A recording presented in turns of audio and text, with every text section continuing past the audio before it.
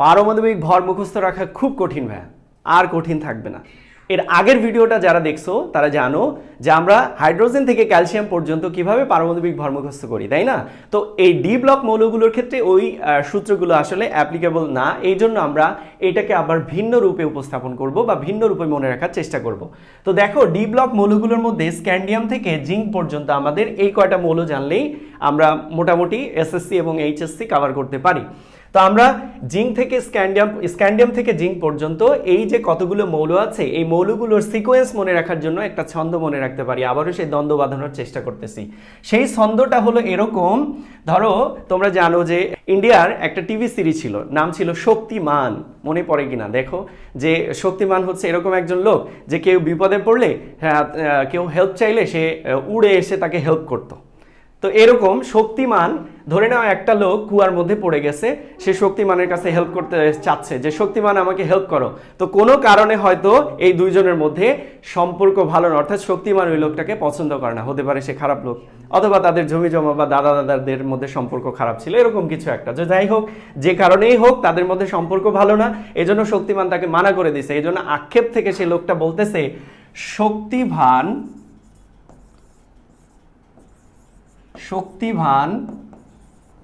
করে মানা, ফের कौन निकाले कुएं से जान। তার মানে শক্তিমানের কাছে সাহায্য চাইছি, শক্তিমান মানা করে দিছে, তাহলে আমার জান কুয়া থেকে কে বাঁচাবে? তো শক্তি থেকে দেখো স্ক্যান্ডিয়াম, আর তীতে টাইটেনিয়াম, ভান থেকে ভ্যানেডিয়াম, করে ক্রোমিয়াম, মানা ম্যাঙ্গানাস, ফের আয়রন, কন কোবাল্ট, নিকালে নিকেল, কুয়েসে কপার, জান জিঙ্ক। জান মানে ওই জান না, এটা জিঙ্কের জান। ওকে, তো যাই হোক, এই হলো পারমাণবিক সংখ্যার সিকোয়েন্স অনুযায়ী আমরা মৌলগুলোকে লিখলাম। এইবার আমরা পারমাণবিক ভর লিখতে চাই। তো পারমাণবিক ভর কত, এটার জন্য আমি একটা সিকোয়েন্স তোমাদেরকে একটু লিখে দিই। দেখো 3, 4, 5, এটা খুব কঠিন সিকোয়েন্স না, তাই না? আবার লিখলাম 4, 5, এই পর্যন্ত লিখে আমরা স্টপ করব। এরপরে দেখো এখানে দুইবার আসছে কোন সংখ্যাটা, 4 আর 5। তো আমরা 4 সংখ্যাটাকে দুইবার লিখবো। ওকে, এরপরে 3 কয়বার আসছে, 3 একবার আসছে, 3 একবার লিখবো।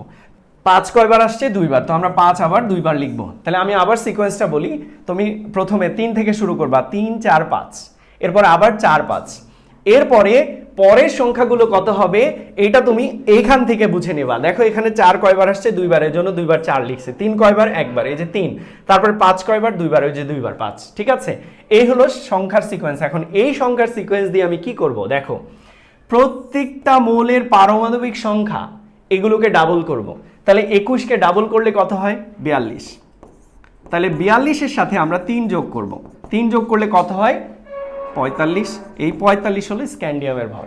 এরপরে দেখো টাইটেনিয়ামের পারমাণবিক সংখ্যা 22, এটাকে ডাবল করলে কত হয়, 42, 44। 44কে 4 দিয়ে যোগ করলে কত হয়, 48। এরপরে ভ্যানেডিয়ামের পারমাণবিক সংখ্যা 23, ডাবল করলে কত হয়, 46। 46-এর সাথে 5 যোগ করলে কত হয়, 49। এইভাবে প্রত্যেকটা মৌলের পারমাণবিক সংখ্যাকে ডাবল করবা এবং এই সংখ্যার সিকোয়েন্সটা তুমি যোগ করবা, তাহলেই তুমি পারমাণবিক ভর পেয়ে যাবা। তাহলে চলো আমরা পরেরগুলো লিখি। প্রথমটা ক্রোমিয়ামের কত, 24, 24 দুগুণে 48, 48 আর 4 কত, 52। তাহলে 52 হচ্ছে ক্রোমিয়ামের পারমাণবিক ভর। এরপরে আসছি ম্যাঙ্গানাসের পারমাণবিক সংখ্যা কত, 25, 25 দুগুণে কত হয়, 50, 50-এর সাথে 5 যোগ করলে কত হবে, 55। এবার বাকি মৌলগুলোর পারমাণবিক ভর কমেন্টে জানাবা। ওকে।